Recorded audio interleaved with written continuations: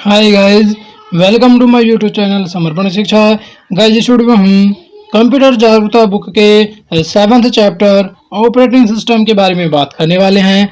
Guys, अगर आपको हमारी वीडियो अच्छी लगे तो लाइक कमेंट एंड शेयर जरूर कीजिएगा। एंड अगर आपको किसी भी तरह का कोई भी क्वेश्चन हो, कोई भी क्वेरी हो तो हमें कमेंट बॉक्स में जो है ज़रूर बताइएगा। गाइस, ऑपरेटिंग सिस्टम जो है सिस्टम सॉफ्टवेयर के अंतर्गत ही आता है, ये उसी का ही एक भाग है। एंड ऑपरेटिंग सिस्टम के बारे में बात करें तो ऑपरेटिंग सिस्टम कुछ विशेष प्रोग्राम्स यानी कि जो सॉफ्टवेयर से रिलेटेड ही होते हैं, तो कुछ विशेष प्रोग्राम्स का ही एक ऐसा व्यवस्थित समूह है जो किसी कंप्यूटर के संपूर्ण क्रियाकलापों को जो है कंट्रोल करता है, नियंत्रित करता है। यह कंप्यूटर के साधनों के उपयोग पर नज़र रखने और व्यवस्थित करने में जो है हमारी सहायता करता है। गाइस, ऑपरेटिंग जो सिस्टम होता है वो एक तरीके से सॉफ्टवेयर ही होता है। और कौन सा सॉफ्टवेयर होता है, तो ये जो है सिस्टम सॉफ्टवेयर होता है, या कहें कि और सॉफ्टवेयर क्या होते हैं, सॉफ्टवेयर होते हैं प्रोग्राम्स का समूह। तो कहीं ना कहीं ये जो है ऑपरेटिंग सिस्टम ये प्रोग्राम्स का समूह ही है, और ये कंप्यूटर को कंट्रोल करेगा। कंप्यूटर के जो भी उसका जो मतलब उसके क्रियाकलाप है, जो भी उसकी क्रियाविधि है उसको कंट्रोल करेगा। यानी इसी के साथ साथ जो है कंप्यूटर के जो भी पार्ट्स हैं, जो भी साधन हैं, उनके उपयोग पर नज़र रखेगा और व्यवस्थित करने में जो है हमारी सहायता करता है। वास्तव में जो है ऑपरेटिंग सिस्टम यह उपयोगकर्ता और कंप्यूटर के हार्डवेयर के बीच में जो है इंटरफेस का कार्य करता है। गाइस, इस तरीके से क्वेश्चन बन सकता है कि यूजर और कंप्यूटर के हार्डवेयर के बीच में इंटरफेस के रूप में जो है कौन कार्य करता है, तो ये ऑपरेटिंग सिस्टम करता है। ठीक है, ऑपरेटिंग सिस्टम यूजर यानी कि उपयोगकर्ता और कंप्यूटर के जो भी हार्डवेयर पार्ट्स हैं उनके बीच में एक इंटरफेस का या कहीं के एक समन्वय का जो है कार्य करता है, इंटरफेस का जो है कार्य करता है। एंड ऑपरेटिंग सिस्टम जो है ऐसे सॉफ्टवेयर प्रोग्राम्स का समूह है जो मानव एप्लीकेशन सॉफ्टवेयर और कंप्यूटर हार्डवेयर के बीच में जो है संवाद स्थापित करता है। ठीक है, तो ये जो ऑपरेटिंग सिस्टम है ये ह्यूमन बीइंग और जो एप्लीकेशन सॉफ्टवेयर होता है एंड इसी के साथ साथ जो कंप्यूटर हार्डवेयर है होता है, इनके बीच में जो है कि समन्वय स्थापित करता है। एंड यह एक ऐसा प्रोग्राम है जो कंप्यूटर के विभिन्न अंग यानी कि जो भी पार्ट्स है उनको जो है इंस्ट्रक्शंस देता है या निर्देश देता है कि उनको जो है किस तरीके से कार्य करना है, क्या करना है, क्या नहीं करना है, किस तरीके से उनको जो है प्रोसेस करनी है। तो ये सभी के सभी जो है ऑपरेटिंग सिस्टम ही उनको जो है इंस्ट्रक्शंस देता है। फिर नेक्स्ट है हमारा ऑपरेटिंग सिस्टम के प्रमुख कार्य हैं। गाइस, ऑपरेटिंग सिस्टम के जो है कौन कौन से कार्य हैं, तो उसमें ऑपरेटिंग सिस्टम का जो पहला कार्य है वो ये है कि प्रोसेस मैनेजमेंट यानी कि जो प्रोसेसिंग जो होता है, सेंट्रल प्रोसेसिंग जो यूनिट होता है उसको जो है कंट्रोल करता है। तो कंप्यूटर की जो सीपीयू होती है, सेंट्रल प्रोसेसिंग यूनिट, उसके मैनेजमेंट का कार्य भी जो है ये ऑपरेटिंग सिस्टम ही करता है। एंड यह प्रबंधन यानी कि मैनेजमेंट इस प्रकार से होता है कि सभी प्रोग्राम्स एक करके जो है निष्पादित होते हैं यानी कि एग्जीक्यूट होते हैं। एंड ऑपरेटिंग सिस्टम सभी प्रोग्राम्स के समय को जो है सीपीयू के लिए जो है विभाजित कर देता है। फिर नेक्स्ट है मेमोरी मैनेजमेंट। गाइस, ये जो ऑपरेटिंग सिस्टम है ये प्रोसेस को मैनेजमेंट करता है, मेमोरी को मैनेजमेंट करता है एंड इसी के साथ साथ फाइल को मैनेजमेंट करता है और डिवाइस को मैनेजमेंट करता है। तो ये 4-5 चीज़ें हैं, इनको जो है ये मैनेज करता है। तो इसमें जो सेकंड है मेमोरी मैनेजमेंट, इसको देखते हैं। प्रोग्राम के सफल निष्पादन के लिए जो है ऑपरेटिंग सिस्टम में मेमोरी मैनेजमेंट का अत्यंत ही महत्वपूर्ण जो है कार्य करता है। एंड इसके अंतर्गत जो है कंप्यूटर में मेमोरी कुछ स्थान तक जो है सुरक्षित रखे जाते हैं, जिनका विभाजन जो है प्रोग्राम्स के मध्य जो है किया जाता है तथा साथ ही यह भी ध्यान में जो है रखा जाता है कि प्रोग्राम्स को मेमोरी से जो है अलग अलग स्थान प्राप्त हो सके। तो ये जो ऑपरेटिंग सिस्टम है ये मेमोरी को भी कंट्रोल करता है। ठीक है, एंड फिर इसके बाद हमारा नेक्स्ट है फाइल मैनेजमेंट। ऑपरेटिंग सिस्टम जो है फाइलों को एक सुव्यवस्थित ढंग से जो है किसी डायरेक्टरी में जो है स्टोर करने की जो है सुविधा प्रदान करता है। एंड किसी प्रोग्राम्स के निष्पादन के समय जो है फाइल्स को सेकेंडरी मेमोरी से पढ़कर प्राइमरी मेमोरी में जो है कॉपी करने का कार्य भी ऑपरेटिंग सिस्टम ही करता है। इस तरीके से क्वेश्चन बन सकता है कि किसी प्रोग्राम के एग्जीक्यूशन के समय यानी कि निष्पादन के समय फाइल्स को सेकेंडरी मेमोरी से पढ़कर प्राइमरी मेमोरी में कॉपी करने का कार्य कौन करता है? किसी प्रोग्राम के निष्पादन के समय फाइल्स को सेकेंडरी मेमोरी से पढ़कर प्राइमरी मेमोरी में कॉपी करने का जो कार्य है वो कौन करता है? तो वो करता है ऑपरेटिंग सिस्टम। कौन करता है? Operating system. एंड फिर नेक्स्ट है हमारा डिवाइस मैनेजमेंट। डिवाइस मैनेजमेंट का कार्य भी जो है ये ऑपरेटिंग सिस्टम ही करता है। डिवाइस मैनेजमेंट डाटा को इनपुट यूनिट से पढ़कर मेमोरी में उचित स्थान पर संग्रहित करने एवं प्राप्त परिणाम को जो है मेमोरी से आउटपुट यूनिट तक पहुंचाने का कार्य भी जो है ऑपरेटिंग सिस्टम के द्वारा ही किया जाता है। ये जो ऑपरेटिंग सिस्टम होता है ये किन किन चीज़ों को कंट्रोल करता है या किन किन चीज़ों को मैनेज करता है? तो ऑपरेटिंग सिस्टम जो है प्रोसेस को मैनेज करता है, मेमोरी को मैनेज करता है एंड फाइल को मैनेज करता है एंड इसी के साथ साथ जो है डिवाइस को भी मैनेज करता है।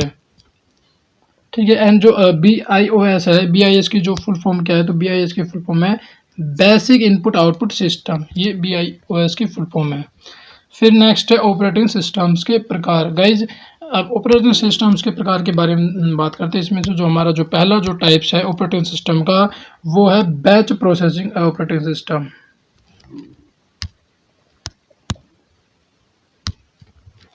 ठीक है। बैच प्रोसेसिंग जो ऑपरेटिंग सिस्टम है इसमें एक प्रकार के सभी कार्य को जो है एक बैच यानी कि ग्रुप के रूप में जो है संगठित करके जो है साथ में जो है उनका क्रियान्वयन किया जाता है। एंड इसी कार्य के लिए जो है बैच मॉनिटर सॉफ्टवेयर का जो है प्रयोग किया जाता है। एंड इस प्रकार के ऑपरेटिंग सिस्टम का प्रयोग जो है ऐसे कार्यों के लिए जो है किया जाता है जिनमें जो है उपयोगकर्ता के हस्तक्षेप की आवश्यकता नहीं पड़ती है। गाइस बैच प्रोसेसिंग जो ऑपरेटिंग सिस्टम है इसमें क्या होता है? इसमें एक प्रकार के सभी कार्यों को जो है एक बैच के रूप में जो है एक ग्रुप के रूप में जो है संगठित रूप से जो उनको जो है क्रियान्वयन किया जाता है। एंड इसी कार्य के लिए जो है बैच मॉनिटर सॉफ्टवेयर का उपयोग किया जाता है। तो जो बैच प्रोसेसिंग ऑपरेटिंग सिस्टम होता है उसके क्रियान्वयन के लिए किस तरह के मॉनिटर का उपयोग किया जाता है? तो बैच मॉनिटर का जो है उपयोग किया जाता है। एंड ये ऑपरेटिंग सिस्टम जो है ये ऑपरेटिंग सिस्टम जो है संख्यात्मक विश्लेषण, बिल प्रिंटिंग, पैरोल आदि में जो है इनका जो है उपयोग किया जाता है। एंड बैच प्रोसेसिंग जो ऑपरेटिंग सिस्टम है इसके उदाहरण के बारे में बात करते हैं। इसका उदाहरण है यूनिक्स। तो बैच प्रोसेसिंग जो ऑपरेटिंग सिस्टम इसका उदाहरण है यूनिक्स। एंड हमारा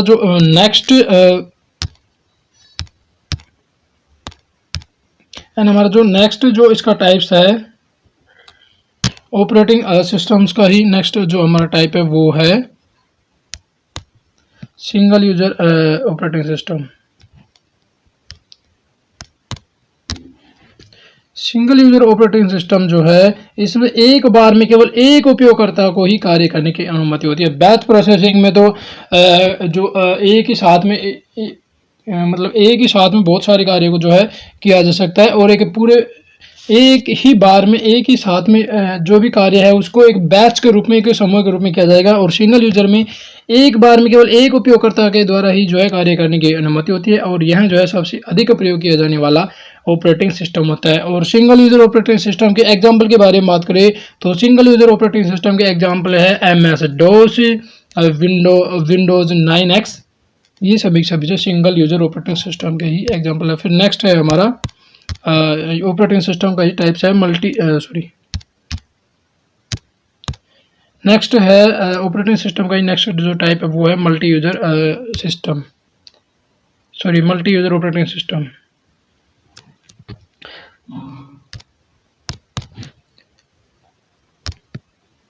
मल्टी यूजर ऑपरेटिंग सिस्टम जो है एक समय में एक से अधिक उपयोगकर्ता को जो है कार्य करने की अनुमति देता है। अब मल्टी यूजर जो ऑपरेटिंग सिस्टम है तो मल्टी यूजर मतलब बहुत सारे यूजर अब एक ही समय में बहुत सारे यूजर्स कार्य करने की जो है उनको अनुमति देता है और यह ऑपरेटिंग सिस्टम जो है सभी उपयोगकर्ता के मध्य जो है संतुलन बनाए रखता है। एंड यह प्रत्येक प्रोग्राम की जो संसाधन संबंधी जो जरूरत होती है उनको जो है पूरा करता है।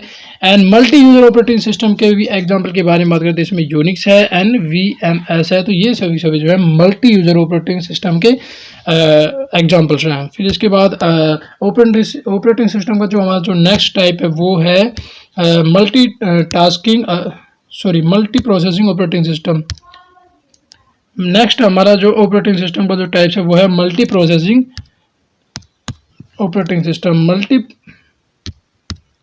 मल्टी प्रोसेसिंग जो ऑपरेटिंग सिस्टम है इसमें जो है दो या दो से अधिक जो सेंट्रल प्रोसेसिंग यूनिट का जो है प्रयोग किया जाता है, जैसे लाइनक्स एंड यूनिक्स इन सभी के में जो है दो या दो से अधिक जो सेंट्रल प्रोसेसिंग यूनिट है उनका उपयोग किया जाता है। एंड आज क्वेश्चन इस तरीके से बनेगा कि किस ऑपरेटिंग सिस्टम में दो या दो से अधिक सेंट्रल जो प्रोसेसिंग यूनिट होती है उनका उपयोग किया जाता है। तो दो या दो से अधिक सेंट्रल प्रोसेसिंग यूनिट का उपयोग किसमें करेंगे, ये करेंगे मल्टी प्रोसेसिंग ऑपरेटिंग जो सिस्टम होता है उसमें जो इनका उपयोग किया जाता है। And multi processing operating system के एग्जांपल के बारे में बात करें, इसमें लाइनक्स है एंड यूनिक्स है। तो ये सभी जो है मल्टी प्रोसेसिंग ऑपरेटिंग सिस्टम है। एंड गाइस यूनिक्स के बारे में थोड़ा ध्यान रखना, यूनिक्स जो है मल्टी प्रोसेसिंग ऑपरेटिंग सिस्टम भी है, मल्टी यूजर ऑपरेटिंग सिस्टम भी है। एंड यूनिक्स जो है बैच प्रोसेसिंग ऑपरेटिंग सिस्टम भी है। फिर इसके बाद आता है हमारा multitasking operating system. Operating system का जो नेक्स्ट ये जो ऑपरेटिंग सिस्टम का हमारा जो नेक्स्ट टाइप है वो है multitasking operating system. Multitasking operating system जो है इसमें एक समय में एक से अधिक कार्य को जो है संपन्न करने की जो है अनुमति देता है। मल्टीटास्किंग मतलब टास्क क्या होता है, कार्य, और मल्टी मतलब ज़्यादा, तो एक बार में एक से ज़्यादा कार्य करने की जो है ये अनुमति देता है। एंड इसमें जो है उपयोगकर्ता आसानी से दो कार्यों के मध्य में जो है स्विच कर सकता है, मतलब दो तीन कार्य इजीली कर सकता है, एक साथ कर सकता है। एंड जैसे इसके एग्जांपल के बारे में बात करें तो इसमें लाइनक्स है, यूनिक्स है एंड विंडोज 9.5 है। तो ये सभी जो है मल्टीटास्किंग ऑपरेटिंग सिस्टम्स के उदाहरण है। एंड अब बात करते हैं ये जो मल्टीटास्किंग ऑपरेटिंग सिस्टम है इसको टू टाइप्स में जो है डिवाइड किया जाता है। इसमें फर्स्ट जो टाइप्स है वो है प्री एम्पटिव। ठीक है, ये जो मल्टीटास्किंग ऑपरेटिंग सिस्टम है इसको फिर टू टाइप्स में जो है डिवाइड किया जाता है। इसमें जो फर्स्ट है वो है pre emptying multitasking system.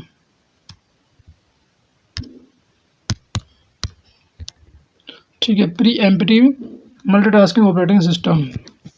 And इस प्रकार के ऑपरेटिंग सिस्टम को जो है कई कंप्यूटर्स, प्रोग्राम्स तथा हार्डवेयर डिवाइस जो है शेयर करते हैं तथा उनका जो है उपयोग करते हैं या प्रयोग करते हैं। यह अपने समस्त कंप्यूटेशन टाइम को जो है कार्यों के मध्य में जो है बांट देता है तथा एक पूर्व निर्धारित समय के आधार पर ही किसी नए कार्य का निष्पादन जो है पूर्व कार्य का निष्पादन रोककर भी प्रारंभ कर सकता है। तो जो प्रिमिटिव जो मल्टीटास्किंग जो ऑपरेटिंग सिस्टम है इसके एग्जांपल के बारे में बात करें, इसमें है OS2, विंडोज 9.5 NT। तो ये सभी जो है प्रिमिटिव मल्टीटास्किंग ऑपरेटिंग सिस्टम के ही एग्जांपल्स हैं। फिर हमारा जो मल्टीटास्किंग ऑपरेटिंग सिस्टम का ही जो सेकेंड टाइप है वो है cooperative multitasking operating system. Cooperative multitasking operative system.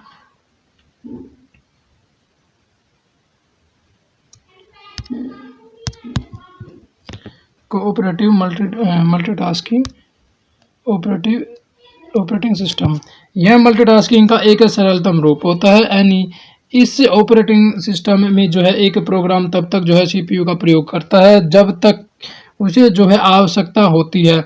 यदि कोई प्रोग्राम CPU का प्रयोग नहीं कर रहा है तो वह दूसरे प्रोग्राम्स को अस्थायी रूप से जो है CPU को प्रयोग करने की जो है अनुमति दे देता है, जैसे Mac OS, MS Windows 3X। तो ये जो सभी के सभी जो हैं ये कोऑपरेटिव जो मल्टीटास्किंग ऑपरेटिंग सिस्टम है इसके एग्जांपल्स हैं। कोऑपरेटिव मल्टीटास्किंग ऑपरेटिंग सिस्टम के एग्जांपल कौन है, एक तो मैक OS हो गया, फिर इसके साथ MS विंडोज 3X। तो ये सभी जो है कोऑपरेटिव मल्टीटास्किंग ऑपरेटिंग सिस्टम के एग्जांपल है। फिर जो हमारा जो नेक्स्ट जो ऑपरेटिंग सिस्टम का जो टाइप्स है वो है time sharing operating system. Time sharing, इसके बाद है next time sharing operating system. Time sharing operating system जो है इसमें एक साथ एक से अधिक उपयोगकर्ता या प्रोग्राम कंप्यूटर के संसाधनों का जो है प्रयोग करते हैं। एंड इस कार्य में कंप्यूटर अपने संसाधनों के प्रयोग हेतु जो है प्रत्येक उपयोगकर्ता यानी कि यूजर या प्रोग्राम को जो है समय का एक छोटा सा भाग निर्धारित करता है, जिसे टाइम स्लाइस या क्वांटम भी जो है कहा जाता है। गाइज, टाइम स्लाइस या क्वांटम जो है किसे कहा जाता है, तो कंप्यूटर के द्वारा, ठीक है, कंप्यूटर ये जो टाइम शेयरिंग ऑपरेटिंग सिस्टम होता है, इसमें कार्य में जो है कंप्यूटर अपने संसाधनों के प्रयोग हेतु, टाइम शेयरिंग ऑपरेटिंग सिस्टम में कंप्यूटर अपने संसाधनों के प्रयोग हेतु प्रत्येक यूजर या प्रोग्राम को समय का एक छोटा सा भाग निर्धारित करता है, जिसे टाइम स्लाइस या क्वांटम कहा जाता है। ठीक है, इस ऑपरेटिंग सिस्टम में सभी प्रोग्राम टाइम स्लाइस के आधार पर जो है मुख्य मेमोरी में बारी बारी से जो है लाई जाती हैं, तथा टाइम स्लाइस जो है पूर्ण होने पर मेमोरी में जो है भेज दिए जाते हैं। इस प्रक्रिया को जो है स्वैपिंग कहते हैं। एंड टाइम शेयरिंग ऑपरेटिंग जो सिस्टम में, इसके एग्जांपल के बारे में बात करें तो इसका एग्जांपल है मैक ओएस। ठीक है, एक बार इसको और देख लेते हैं स्वैपिंग को। स्वैपिंग क्या होगा, तो ऑपरेटिंग सिस्टम में सभी प्रोग्राम जो है टाइम स्लाइस के आधार पर जो है मुख्य मेमोरी में बारी बारी से जो है ले जाए जाते हैं, तथा टाइम स्लाइस जो है पूर्ण होने पर मेमोरी में भेज दिए जाते हैं। टाइम स्लाइस को जो है पूर्ण होने पर मेमोरी में भेज दिया जाता है, तो इस प्रक्रिया को जो है स्वैपिंग कहा जाता है। ठीक है, ये जो पूरी प्रक्रिया है ऑपरेटिंग सिस्टम में सभी प्रोग्राम्स को पहले टाइम स्लाइस है उसके आधार पर जो है मुख्य मेमोरी में बारी बारी से ले जाएंगे, फिर जब टाइम स्लाइस जो पूर्ण हो जाएंगे तो उसको जो है वापस मेमोरी में भेज दिया जाता है, जिसे जो है स्वैपिंग कहा जाता है। फिर इसके बाद जो हमारा नेक्स्ट जो हमारा ऑपरेटिंग जो सिस्टम का जो टाइप्स है वो है real time operating system. Real time जो ऑपरेटिंग सिस्टम है इसको भी जो है टू टाइप्स में ही डिवाइड किया जाता है।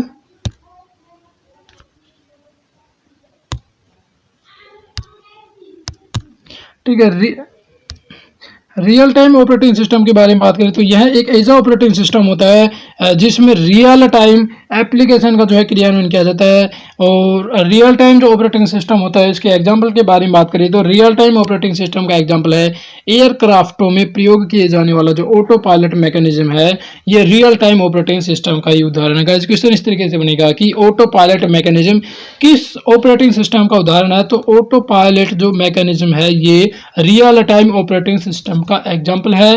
And real time operating system को जो है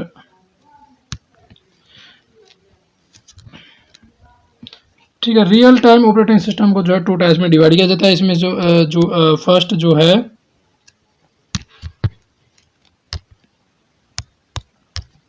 इसमें जो फर्स्ट है वो है hard real time operating system.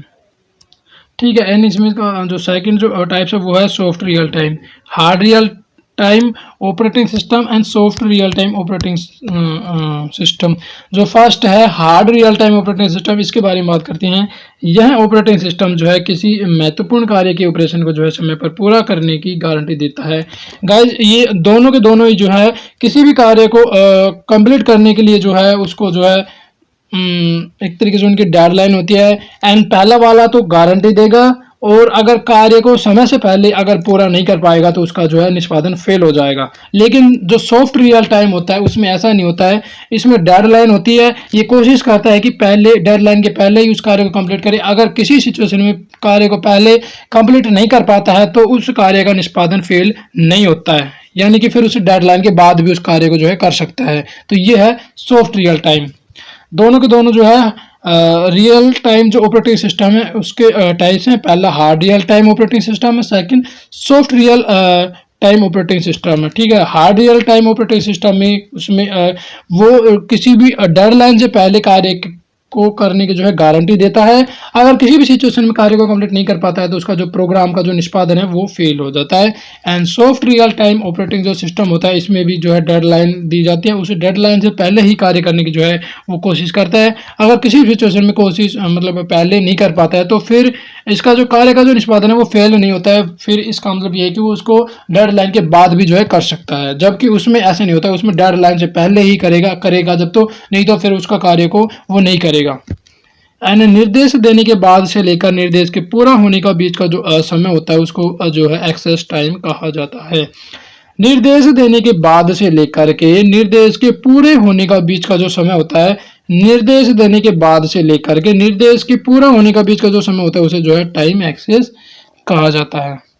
फिर नेक्स्ट है हमारा यूजर इंटरफेस। ये तो operating system. And operating system हमने जस्ट अभी बात की ऑपरेटिंग सिस्टम कितने तरह के होते हैं। तो ऑपरेटिंग सिस्टम जो है, operating system batch processing operating system होता है, सिंगल यूजर ऑपरेटिंग सिस्टम होता है, फिर मल्टी यूजर ऑपरेटिंग सिस्टम पढ़ा हमने, फिर इसके बाद मल्टी प्रोसेसिंग ऑपरेटिंग सिस्टम, फिर इसके बाद जो मल्टी प्रोसेसिंग होगा, इसके बाद फिर मल्टी टास्किंग ऑपरेटिंग सिस्टम।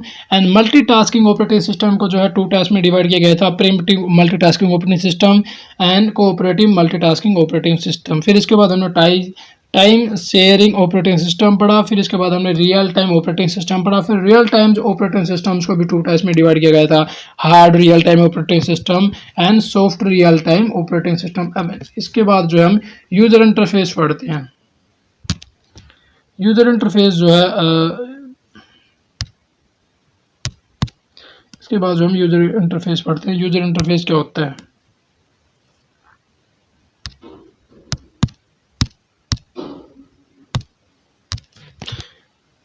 जो सिस्टम यूजर्स को कंप्यूटर से इंटरेक्ट करने की सुविधा प्रदान करता है, ठीक है, क्या मतलब ऐसा सिस्टम जो यूजर्स को कंप्यूटर से इंटरेक्ट करने की सुविधा प्रदान करता है उसे ही यूजर इंटरफेस कहा जाता है।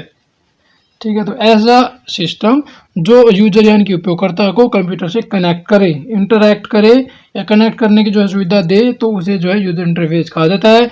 एंड यूजर इंटरफेस किसी भी ऑपरेटिंग सिस्टम के जो है सबसे महत्वपूर्ण भागों में से एक है, क्योंकि यह उपयोगकर्ता को अनुप्रयोगों और हार्डवेयर के साथ जो है आसानी से संचार यानी कि कम्युनिकेशन करने की जो है अनुमति देता है। यूजर इंटरफेस जो है 2 तरह के होते हैं। तो यूजर इंटरफेस के बारे में बात करें तो यूजर इंटरफेस जो है 2 तरह के होते हैं।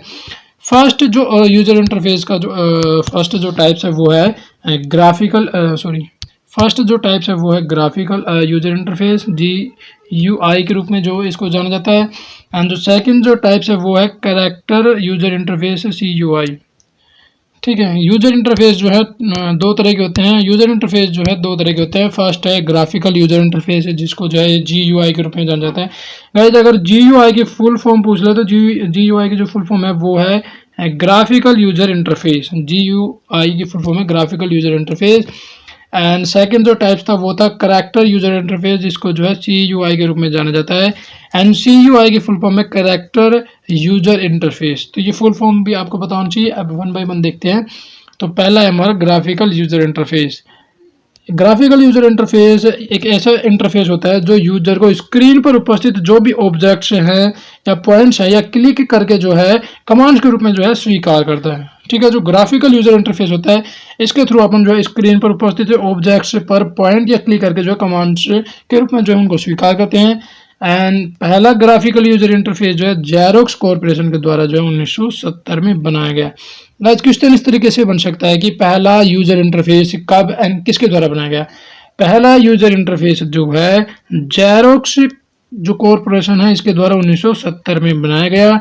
एंड इसका प्रयोग जो है किस किस में किया गया, तो जो पहला जो यूजर इंटरफेस है या कहें कि यूजर इंटरफेस है, इसका उपयोग जो है किस किस में किया जाता है। तो इसका उपयोग जो है, ठीक है, इसका उपयोग जो है MP3 player, portable media player and gaming device, इन सभी में जो है ग्राफिकल यूजर इंटरफेस का ही किया जाता है, उपयोग जो है किया जाता है। एंड जो सेकंड जो हमारा टाइप्स था कैरेक्टर यूजर इंटरफेस, इसमें क्या होता है, इसमें ये एक ऐसा इंटरफेस होता है जो शब्दों या अक्षरों को कमांड्स के रूप में जो है स्वीकार करता है।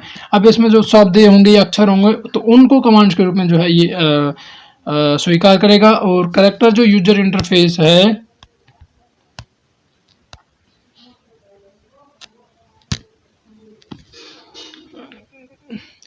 इसमें जो है कमांड लाइनों का जो है प्रयोग करने के कारण जो है इसे कमांड लाइन इंटरफेस भी कहा जाता है। जो कैरेक्टर लाइन इंटरफेस जो है इसको कमांड लाइन इंटरफेस के रूप में भी जो है कहा जाता है।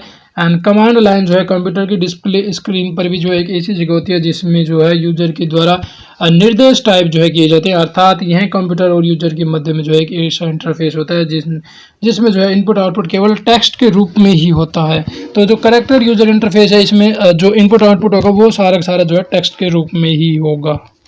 फिर नेक्स्ट है हमारा बूटिंग। बूटिंग क्या होती है, बूटिंग कंप्यूटर को स्टार्ट करना या रिस्टार्ट करना जो है बूटिंग कहलाता है। गाइस कंप्यूटर को स्टार्ट करना या रिस्टार्ट करना दोनों को ही बूटिंग कहा जाता है। फिर बूटिंग को 2 टाइप्स में डिवाइड किया जाता है। ठीक है, एक बार इसको देख लेते हैं। वास्तव में बूटिंग वह प्रक्रिया है जब ऑपरेटिंग सिस्टम हार्ड डिस्क से जो है कंप्यूटर की रैम में लोड होता है। एंड बूटिंग जो है टू टाइप्स की होती है, एक तो वार्म बूटिंग, ठीक है, वार्म बूटिंग, एंड सेकंड है कोल्ड बूटिंग। वार्म बूटिंग क्या होगी? वार्म बूटिंग मतलब जिसमें कंप्यूटर गर्म होगा। तो कंप्यूटर गर्म कब होता है? जब हम कंप्यूटर को जैसे चला रहे हैं फिर उसको रिस्टार्ट करेंगे तो वो होगा वार्म बूटिंग। कंप्यूटर को चला रहे हैं तो गर्म है, और फिर उसको जब बूट करेंगे, रिस्टार्ट करेंगे, तो वो हो जाएगा warm booting. And cold booting क्या होती है? कोल्ड बूटिंग में होता है कंप्यूटर ठंडा। तो कंप्यूटर ठंडा कब होगा? जब वो लंबे समय से बंद रहेगा। जब हमको शुरू में ही चलाएंगे यानी कि स्टार्ट करेंगे तो वो हो जाएगा कोल्ड बूटिंग। कंप्यूटर को स्टार्ट करेंगे तो क्योंकि कंप्यूटर बंद था तो वो ऑलरेडी मतलब एक तरीके से ठंडा है, तो वो हो जाएगी कोल्ड बूटिंग। कंप्यूटर को ओनली स्टार्ट किया हमने, फिर जो कंप्यूटर को चला रहे हैं, काफ़ी देर से चला रहे हैं, वो थोड़ा सा गर्म हो गया, फिर उसको रीस्टार्ट करेंगे तो वो हो जाएगी वार्म बूटिंग। ठीक है, ये होती है कंप्यूटर की बूटिंग। दो तरीके से स्टार्ट करना या रिस्टार्ट करना, वो कंप्यूटर की बूटिंग कहलाती है। फिर नेक्स्ट है कुछ महत्वपूर्ण ऑपरेटिंग सिस्टम। अब कुछ जो ऑपरेटिंग सिस्टम्स है उनके बारे में भी बात कर लेते हैं। जैसे इसमें यूनिक्स है, जो यूनिक्स है ये एक ऑपरेटिंग सिस्टम ही है। यूनिक्स यह एक मल्टीटास्किंग व मल्टी यूजर ऑपरेटिंग सिस्टम है, और यूनिक्स को जो है 1969 में जो है केन थॉमसन तथा डेनिस रिची के द्वारा जो है AT&T बेल प्रयोगशाला में जो है विकसित किया गया था। गाइस यूनिक्स को जो है कब बनाया गया था? यूनिक्स को जो है 1969 में जो है डेवलप किया गया था। एंड केन थॉमसन व डेनिस रिची के द्वारा जो है यूनिक्स को जो है AT&T जो बेल प्रयोगशाला है उसमें जो है इसका डेवलपमेंट किया गया था। एंड यूनिक्स की जो फुल फॉर्म है वो है यूनिप्लेक्स्ड इंफॉर्मेशन कंप्यूटिंग सिस्टम। यूनिक्स की फुल फॉर्म क्या है? तो यूनिक्स की फुल फॉर्म है यूनिप्लेक्स्ड इंफॉर्मेशन कंप्यूटिंग सिस्टम। ये यूनिक्स की जो है फुल फॉर्म है। एंड इस ऑपरेटिंग सिस्टम को जो है सर्वर तथा वर्क टेंशन दोनों में जो है प्रयोग किया जा सकता है। एजुकेशन इस तरीके से भी बन सकता है कि किस ऑपरेटिंग सिस्टम को जो है सर्वर एंड वर्क टेंशन दोनों में ही जो है प्रयोग किया जा सकता है, तो वो है यूनिक्स ऑपरेटिंग सिस्टम। एंड यह जो है मल्टीटास्किंग व मल्टी यूजर दोनों तरह का जो है ऑपरेटिंग सिस्टम है। एंड यूनिक्स में जो है डाटा प्रबंधन का कार्य जो है कर्नेल के द्वारा किया जाता है। जिस तरीके से क्वेश्चन बन सकता है कि यूनिक्स जो ऑपरेटिंग सिस्टम है उसमें डाटा प्रबंधन का कार्य जो है किसके द्वारा किया जाता है? तो यूनिक्स ऑपरेटिंग सिस्टम में डाटा प्रबंधन का कार्य कर्नेल के द्वारा जो है किया जाता है। एंड इस ऑपरेटिंग सिस्टम को इंस्टॉल व सेटअप करना जो है बहुत मतलब थोड़ा कठिन होता है, किंतु इस ऑपरेटिंग सिस्टम के इंस्टॉल होने पर जो है कंप्यूटर की क्षमता जो है बढ़ जाती है। एंड यह असेंबली भाषा तथा सी भाषा में जो है लिखा गया है। गाइस यूनिक्स जो ऑपरेटिंग सिस्टम है वो किस भाषा में लिखा गया है? तो यूनिक्स जो ऑपरेटिंग सिस्टम है वो असेंबली भाषा या सी भाषा में जो है लिखा गया है। एंड जो कर्नेल ऑपरेटिंग सिस्टम का वह भाग होता है जो CPU में होने वाले कार्य को निर्देशित करता है। जिस तरीके से क्वेश्चन बन सकता है कि कर्नेल क्या है? तो कर्नेल जो है ऑपरेटिंग सिस्टम का वह भाग होता है जो CPU में होने वाले कार्य को निर्देशित करता है, या कहीं कि यूनिक्स जो ऑपरेटिंग सिस्टम होता है उसमें डाटा प्रबंधन का कार्य करने वाला जो होता है वो कर्नेल ही होता है। ठीक है, तो यूनिक्स ऑपरेटिंग सिस्टम में डाटा प्रबंधन का कार्य कौन करता है? तो यूनिक्स ऑपरेटिंग सिस्टम में डाटा प्रबंधन का कार्य जो है कर्नेल के द्वारा ही किया जा सकता है। तो दोनों तरीके से जो है कर्नेल को जो है डिफाइन कर सकते हैं। फिर नेक्स्ट है एप्पल मैकिंटोश। ये भी जो है एक तरीके से ये भी एक तरीके से जो है ऑपरेटिंग सिस्टम ही है एप्पल मैकिंटोश।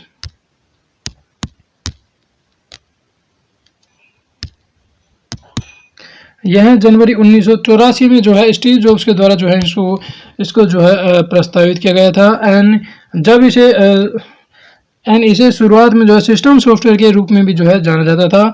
जो एप्पल मैकिंटोश है, एप्पल मैकिंटोश को शुरुआत में सिस्टम सॉफ्टवेयर के रूप में जाना जाता था, और इसको जनवरी 1984 में जो है स्टीव जॉब्स के द्वारा जो है प्रस्तावित किया गया था। एंड इसको सिस्टम सॉफ्टवेयर को पहले जो एप्पल मैकिंटोश है इसको पहले सिस्टम सॉफ्टवेयर के रूप में जाना जाता था, फिर बाद में मैक OS के रूप में भी जो है इसको परिवर्तित कर दिया गया। एंड ऑपरेटिंग सिस्टम के जो आधुनिक वर्जन है वो यूनिक्स आधारित ही होते हैं, क्योंकि यह एक अच्छा ग्राफिकल यूजर इंटरफेस है। मैक के OS वर्जन के बारे में बात करें तो मैक के OS वर्जन जो है योजीमाइट है, मैवरिक्स है, माउंटेन लायन है, टाइगर पैंथर है एंड जैगवर है। तो ये सभी जो है एप्पल मैकिंटोश का जो है एक तरीके से ओएस के जो है वर्जन है। फिर इसके बाद नेक्स्ट है हमारा लाइनक्स। नेक्स्ट है हमारा लाइनक्स।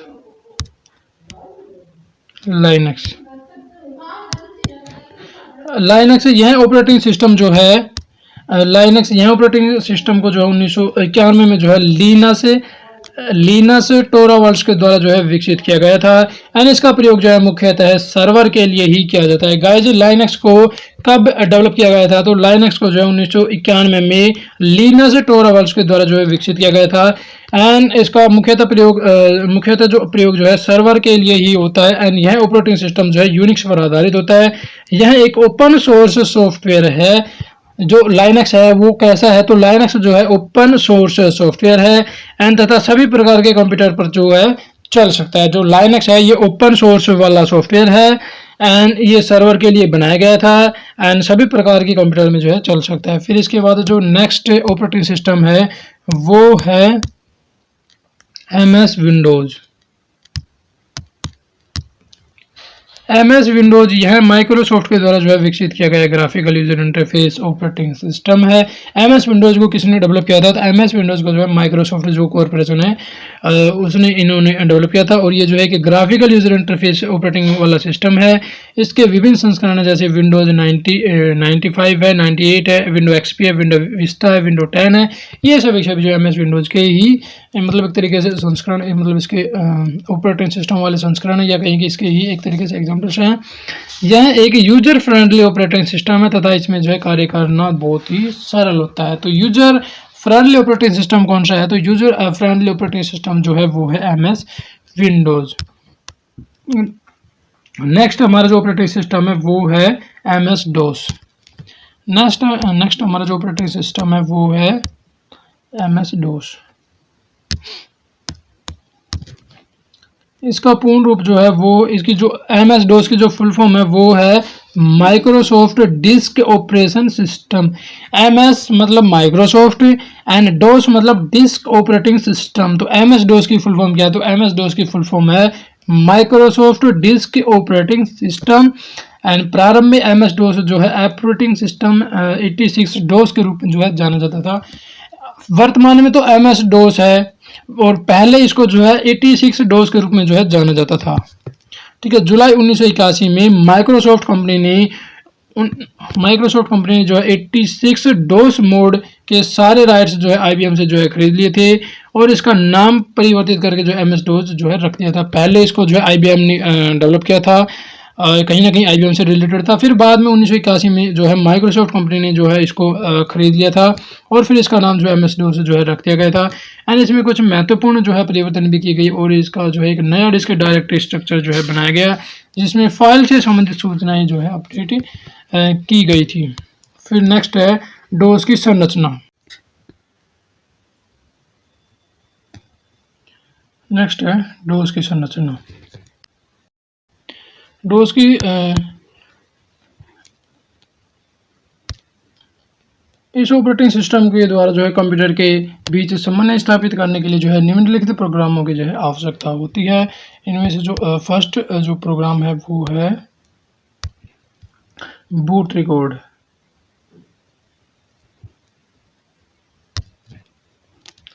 यह ऑपरेटिंग सिस्टम को जो है मेन मेमोरी में जो है लोड करता है। यह MS DOS का जो है मुख्य प्रोग्राम होता है। ठीक है, MS DOS का मुख्य जो प्रोग्राम होता है वो होता है बूट रिकॉर्ड और ये ऑपरेटिंग जो सिस्टम होता है उसको मेन मेमोरी में जो है लोड करता है एंड जो सेकंड है वो है इनपुट आउटपुट सिस्टम IOS। यह प्रोग्राम तथा हार्डवेयर के बीच जो है इंटरफेस जो होता है वो प्रदान करता है। तो ये जो इनपुट आउटपुट सिस्टम होता है ये प्रोग्राम तथा हार्डवेयर के बीच में जो है इंटरफेस प्रदान करेगा एंड जो थर्ड प्रोग्राम है वो है MS DOS .sys प्रोग्राम। यह प्रोग्राम जो है रूटीन तथा टेबल का जो है ऐसा समूह होता है जो उच्च स्तरीय प्रोग्राम जैसे एप्लीकेशन प्रोग्राम वो सभी जो है प्रदान करता है एंड जो 4 है वो है command.com प्रोग्राम। यह उपयोगकर्ता को जो है निर्देशों यानी कि कमांड का समूह प्रदान करता है जो उपयोगकर्ता को फाइल प्रबंधन आदि की सुविधा प्रदान करता है।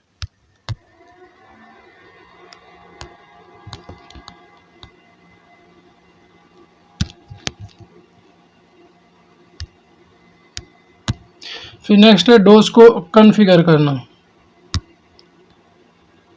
डोस को कॉन्फ़िगर करना config dot sys auto x dot bat तथा फाइल्स आपके कंप्यूटर की कमांड्स को जो है सेट करने के लिए जो है वातावरण प्रदान करती है। इसमें से जो फर्स्ट जो है config डॉट sys, इसके बारे में बात करते हैं। ये जो फर्स्ट जो है config डॉट sys, यह आपके सिस्टम को जो है कमांड्स के अनुसार जो है समायोजित करती है। एंड जो सेकंड जो है ऑटो एक्स डॉट बैट, यह फाइल जो है स्वयं कमांड लाइन में जो है एग्जीक्यूट हो जाती है और जब सिस्टम को ऑन किया जाता है तब। अब कुछ एक्सटेंशंस हैं जैसे XE एक्सटेंशन किसका होगा, ये होगा जो एग्जीक्यूटेबल फाइल्स होते हैं उनका जो एक्सटेंशन होगा वो होगा .exe। एंड .com किसका एक्सटेंशन होगा, तो कमांड जो फाइल्स होते हैं उनका जो एक्सटेंशन होता है वो होता है .com। फिर .bat किसका एक्सटेंशन होगा, तो .bat ये होगा बैच फाइल होगा। फिर .doc किसका होगा, तो .doc होगा डॉक्यूमेंट जो फाइल्स होती है उनका जो एक्सटेंशन होगा, डॉक्यूमेंट्स फाइल्स का एक्सटेंशन होगा .doc। एंड टेक्स्ट फाइल्स का जो एक्सटेंशन होगा वो होगा .txt, ये होगा टेक्स्ट फाइलों का एक्सटेंशन।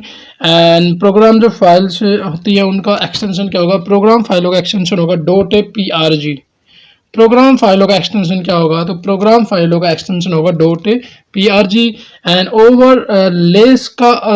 ओवरलेस का जो एक्सटेंशन है वो क्या होगा, ओवरलेस का एक्सटेंशन होगा .ovr। ये जो है ओवरलेज जो होती है ना उनका एक्सटेंशन होगा। और सिस्टम फाइलों का एक्सटेंशन क्या होगा, सिस्टम फाइलों का एक्सटेंशन होगा .sys, ये होगा सिस्टम फाइलों का एक्सटेंशन। इसके बाद नेक्स्ट है MS DOS कमांड्स के प्रकार। जो MS DOS की जो कमांड होती है वो जैसे इंटरनल कमांड, एक्सटर्नल कमांड, तो ये जो है दो तरह की कमांड्स होती है। MS DOS की जो कमांड्स है उसके बारे में बात करते हैं। MS DOS की कमांड्स के प्रकार, उसमें जो फर्स्ट है वो है MS DOS की प्रकार। MS DOS की जो कमांड्स है उसका फर्स्ट टाइप्स है internal command and second types है एक्सटर्नल कमांड। ये MS DOS की कमांड्स हैं। इंटरनल कमांड्स के बारे में बात करिए, यह ऐसी कमांड इंटरनल कमांड्स के बारे में बात करें, यह ऐसी कमांड्स होती है जो MS DOS की मुख्य फाइल कमांड प्रोसेसर में जो है पहले से ही स्टोर होती है। एंड इन कमांड्स के द्वारा जो है हम मैन रूट की डायरेक्टरीज और फाइल्स को जो है देख सकते हैं। डायरेक्टरीज फाइल जो है सिस्टम में क्रमानुसार जो है पाई जाती है। एक डायरेक्टरी के अंदर जो है विभिन्न डायरेक्टरी होती है जिन्हें सब डायरेक्टरी भी जो है कहा जाता है। प्रत्येक डिस्क में रूट डायरेक्टरी होना आवश्यक होता है। कुछ इंटरनल्स कमांड्स है जैसे date, time, VER, VOL, DIR, copy, तो ये सभी जो है इंटरनल कमांड्स है। ठीक है, इंटरनल कमांड्स के बारे में एक बार फिर से बात करें तो यह ऐसी कमांड्स होती है जो MS DOS की मुख्य फाइल कमांड जो कमांड .com होता है उसमें पहले से ही जो है स्टोर होती है। और इन कमांड्स के द्वारा जो है हम मैन रूट की जो डायरेक्टरीज होती है और जो फाइल्स होते हैं उनको जो है देख सकते हैं। एंड डायरेक्टरीज फाइल सिस्टम में जो क्रमानुसार जो पाई जाती है उनको, एंड एक डायरेक्टरी के अंदर जो भी विभिन्न डायरेक्टरी होती है जिन्हें सब डायरेक्टरी कहेंगे, तो उनके प्रत्येक डिस्क में जो है रूट डायरेक्टरी होना आवश्यक होता है। ठीक है, एक डायरेक्टरी के अंदर विभिन्न डायरेक्टरी होंगे उनको सब डायरेक्टरी कहेंगे। एंड प्रत्येक डिस्क में रूट डायरेक्टरी होना आवश्यक होता है। अब कुछ इंटरनल कमांड्स के एग्जांपल के बारे में बात करें तो इंटरनल कमांड्स के एग्जांपल है date, time, VER, VOL, DIR and copy, ये सभी जो इंटरनल कमांड्स है। फिर एक्सटर्नल कमांड्स के बारे में बात करें तो एक्सटर्नल जो कमांड्स है उसमें जो हमारा ये है एक्सटर्नल एक्सटर्नल कमांड्स के बारे में बात करें तो एक्सटर्नल कमांड ये ऐसी कमांड्स होती है जो कंप्यूटर की मुख्य मेमोरी में उपलब्ध नहीं होती है। ठीक है, मुख्य मेमोरी में उपलब्ध होंगी तो इंटरनल कमांड्स हो जाएगी, और ये अगर उसमें मुख्य मेमोरी में नहीं है तो ये एक्सटर्नल कमांड्स हो जाएंगी, बल्कि अलग प्रोग्राम फाइलों के रूप में जो है डिस्क पर स्टोर रहती है। तो ये उसकी मैन मेमोरी नहीं होती, अलग से उसके साथ जो है फाइलों को अटैच किया जाता है, उसमें डिस्क पर जो स्टोर रहती है। एंड कुछ एक्सटर्नल कमांड जैसे CHKDSK ट्री ट्रीव डिस्क कॉपी, ये सारी जो एक्सटर्नल कमांड्स। अब गाइस कुछ जो इनकी इंपॉर्टेंस जो कमांड्स उनके बारे में बात करते हैं। हमारी जो पहली कमांड है वो है डेट। तो डेट का उपयोग जो है किसके लिए किया जाता है, तो पीसी में सेट की हुई जो तारीख होती है उसको देखने और उसको बदलने के लिए जो है जो डेट कमांड होती है, और डेट है इंटरनल कमांड। टाइम ये भी इंटरनल कमांड है। और फिर टाइम का उपयोग किस में करेंगे, टाइम का उपयोग जो है पीसी में सेट किया हुआ जो समय होता है उसको देखने और बदलने के लिए करेंगे। फिर इसके बाद CLS का उपयोग किस में करेंगे, CLS जो ये कमांड होती है इसका उपयोग जो है स्क्रीन पर दिखाई गई सूचनाओं को मिटाने के लिए करेंगे। ठीक है, स्क्रीन पर दिखाई गई सूचनाओं को मिटाने के लिए जो है किसका उपयोग करेंगे, CLS जो कमांड है उसका। फिर DIR जो कमांड है उसका उपयोग किस में करेंगे, तो DIR होती है डायरेक्टरी। तो DIR का उपयोग जो है किसी डायरेक्टरी में शामिल फाइलों एवं उप डायरेक्टरी की सूची को जो है देखने के लिए करेंगे। DIR मतलब डायरेक्टरी, और डायरेक्टरी जो कमांड है इसका उपयोग जो है किस में करेंगे, किसी भी फाइल को देखने या किसी डायरेक्टरी में जो शामिल फाइल होती है या उप डायरेक्टरी की जो सूची होती है उसको देखने के लिए जो है DIR जो कमांड है उसका यूज किया जाता है। फिर इसके बाद CD जो कमांड है इसका उपयोग जो है करंट डायरेक्टरी को देखने के लिए जो है किया जाता है। CD जो कमांड है उसका उपयोग किसके लिए करेंगे, तो CD कमांड का उपयोग जो है करंट डायरेक्टरी को देखने के लिए जो है किया जाता है। फिर इसके बाद जो कॉपी जो कमांड होती है उसका उपयोग किसमें किया जाता है, तो कॉपी कमांड का उपयोग जो है किसी फाइल की कॉपी को करने के लिए जो है किया जाता है। कॉपी कमांड का उपयोग जो है किसी भी फाइल की कॉपी को करने के लिए करेंगे। एंड REN जो कमांड है, REN कमांड का उपयोग किसमें करेंगे, तो REN जो कमांड है ये किसी भी फाइल का नाम परिवर्तित करने के लिए, यानी कि रीनेम है एक तरीके से। जो REN है ये किसी भी जो फाइल का जो नाम परिवर्तित करने के लिए जो है REN कमांड का जो है उपयोग करेंगे। RE मतलब रीनेम, REN मतलब रीनेम। एंड फिर है DEL मतलब होता है डिलीट। तो DEL जो कमांड्स है इसका उपयोग जो है किसी भी डिस्क या फ्लोपी से कोई भी जो फाइल होती है उसको हटाने के लिए जो है इसका उपयोग किया जाता है। एंड MD कमांड का उपयोग किसमें करेंगे, तो MD कमांड का उपयोग जो है डायरेक्टरी या उप डायरेक्टरी को बनाने के लिए करेंगे। ठीक है, MD कमांड का उपयोग जो है किसी भी डायरेक्टरी या उप डायरेक्टरी को जो है बनाने के लिए जो है MD का उपयोग किया जाता है। एंड RD कमांड जो होती है इसका उपयोग जो है किसी डायरेक्टरी को हटाने के लिए किया जाता है। ठीक है, फाइल को हटाने के लिए करेंगे DEL, एंड किसी डायरेक्टरी को हटाने के लिए करेंगे RD कमांड का यूज।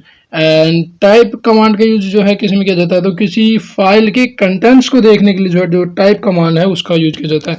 किसी फाइल के कंटेंट्स को देखने के लिए जो है टाइप कमांड का यूज किया जाता है। एंड फॉर्मेट कमांड का यूज जो है किसमें किया जाता है, तो किसी नई या पुरानी फ्लॉपी को जो है MS DOS पर कार्य करने के लिए जो है तैयार करने के लिए जो है किसी भी नई या पुरानी फ्लॉपी को MS DOS पर कार्य करने के लिए तैयार करने के लिए जो है फॉर्मेट जो कमांड होती है, फॉर्मेट कमांड का जो है यूज किया जाता है।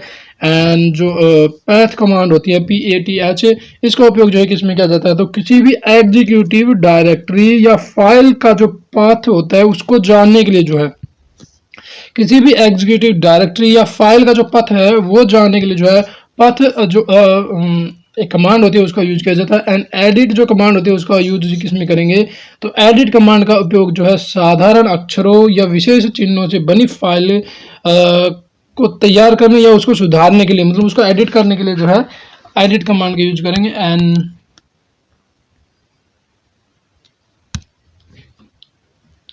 एंड प्रिंट कमांड का उपयोग जो है किसमें किया जाता है, तो किसी भी फाइल को प्रिंट करने के लिए जो है प्रिंट कमांड का यूज करेंगे। एंड एक्स कॉपी कमांड का उपयोग किसमें करेंगे, कॉपी कमांड का उपयोग तो जो है किसी भी जो फाइल होती है उसको कॉपी करने के लिए करेंगे, लेकिन एक्स कॉपी कमांड का उपयोग जो है किसी डायरेक्टरी में स्थित उप डायरेक्टरी एवं उसकी फाइल को कॉपी करने के लिए करेंगे। अब यहाँ पे उप डायरेक्टरी में स्थित डायरेक्टरी में स्थित उप डायरेक्टरी और उप डायरेक्टरी की फाइल, तो दोनों को ही कॉपी कर सकते हैं। एक्स कॉपी कमांड से जो है किसी भी उप डायरेक्टरी एवं उप डायरेक्टरी जो फाइल होती है उसको कॉपी कर सकते हैं एक्स कॉपी कमांड के थ्रू। एंड इरेज कमांड से जो है एक या एक से अधिक ज़्यादा जो मतलब एक या एक से ज़्यादा जो फाइल होती है उसको जो है हटाने के लिए या डिलीट करने के लिए जो है इसका इरेज कमांड्स का उपयोग किया जाता है। एंड VER जो कमांड्स होती है इसका उपयोग किस में करेंगे, तो VER ये होता है वर्जन, तो किसी भी संस्करण या वर्जन की सूचना को देखने के लिए जो है VER कमांड का जो है यूज किया जाता है। एंड जो शॉर्ट कमांड होती है इसका उपयोग किस में करेंगे, तो शॉर्ट कमांड का उपयोग जो है किसी भी फाइल के डाटा को आरोही या अवरोही क्रम में जो है बदलने के लिए जो है शॉर्ट कमांड का जो है उपयोग किया जाता है। एंड CHKDSK ये जो कमांड होती है इसका उपयोग जो है एक्टिव डिस्क की पोजीशन को चेक करने के लिए जो है किया जाता है। CHKDSK कमांड का उपयोग जो है किस में किया जाता है, तो CHKDSK कमांड का उपयोग जो है एक्टिव डिस्क की जो पोजीशन होती है उसको चेक करने के लिए जो है किया जाता है। एंड डिस्क कॉपी जो कमांड है इसका उपयोग किस में किया जाता है, तो डिस्क कॉपी कमांड का उपयोग जो है एक डिस्क के कंटेंट्स को किसी दूसरी टारगेट डिस्क में जो है कॉपी करने के लिए जो है डिस्क कॉपी जो कमांड होती है उसका यूज किया जाता है। ठीक है, कॉपी से सिंपल जो फाइल होती है उसको कॉपी करेंगे। एंड फिर एक्स कॉपी से उप डायरेक्टरी या उप डायरेक्टरी अंदर जो फाइल होती है उसको कॉपी करेंगे। एंड डिस्क कॉपी से किसी डिस्क के कंटेंट को किसी दूसरी टारगेट के जो डिस्क होती है उसमें जो है कॉपी कर सकते हैं। एंड मूव कमांड से जो है किसी फाइल को एक डिस्क से दूसरी डिस्क में जो है एक पथ से या कहें कि एक पथ से दूसरे पथ में जो है मूव कर सकते हैं। तो ये सारी जो है कुछ कमांड्स थी। एंड इसके बाद है mobile operating system. Guys mobile के भी ऑपरेटिंग सिस्टम होते हैं तो उनके बारे में बात करते हैं। तो मोबाइल के ऑपरेटिंग सिस्टम में जो पहले एक बार थोड़ा सा इसमें देख लेते हैं। कंप्यूटर के मोबाइल्स में भी ऑपरेटिंग सिस्टम जो है प्रयोग किए जाते हैं। Smartphone, tablets, PDA, digital mobile devices में जो है प्रयुक्त होने वाले जो ऑपरेटिंग सिस्टम होते हैं वो सारे जो है मोबाइल ऑपरेटिंग सिस्टम होते हैं। एंड इन्हें हेल्ड ऑपरेटिंग सिस्टम के रूप में भी जो है जाना जाता है। जो मोबाइल ऑपरेटिंग सिस्टम होता है, मोबाइल ऑपरेटिंग सिस्टम को ही हेल्ड ऑपरेटिंग सिस्टम के रूप में भी जो है जाना जाता है। एंड मोबाइल ऑपरेटिंग सिस्टम जो है मोबाइल युक्तियों के साथ साथ जो है इसके विभिन्न फीचर्स को भी जो है नियंत्रित करते हैं। कुछ मोबाइल ऑपरेटिंग सिस्टम का जो है विवरण निम्न है। अब इसमें जो फर्स्ट है वो है एंड्रॉयड। ये जो एंड्रॉयड है ये मोबाइल ऑपरेटिंग सिस्टम के अंतर्गत ही आता है। एंड एंड्रॉयड ऑपरेटिंग सिस्टम को जो है गूगल के द्वारा जो वर्ष 2007 में जो है प्रयुक्त किया गया था। यह लाइनक्स पर आधारित ऑपरेटिंग सिस्टम है। इसे जो है प्रमुख रूप से टच स्क्रीन मोबाइल जैसे टैबलेट, स्मार्टफोन आदि के लिए जो है बनाया गया था। एंड एंड्रॉयड का नवीनतम जो संस्करण है वो है एंड्रॉयड 11, जिसे 8 सितंबर 2020 में जो है प्रस्तुत किया गया था। ये एंड्रॉयड का नवीनतम संस्करण है। फिर इसके बाद है iOS।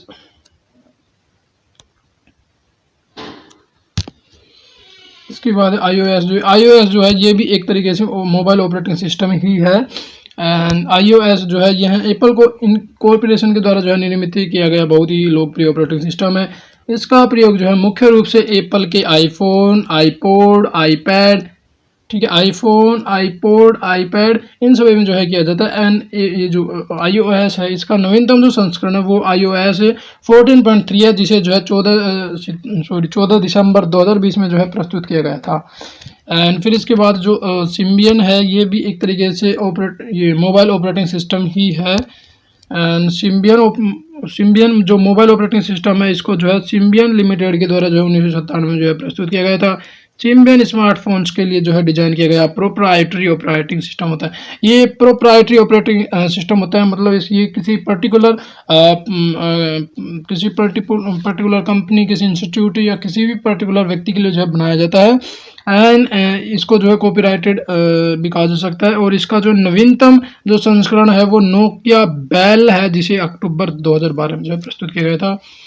एंड फिर इसके बाद है मोबाइल ऑपरेटिंग सिस्टम के अंतर्गत ही ब्लैकबेरी आता है। एंड ब्लैकबेरी ऑपरेटिंग सिस्टम जो है ये ब्लैकबेरी कंपनी के द्वारा जो 1999 में जो है प्रस्तुत किया गया था।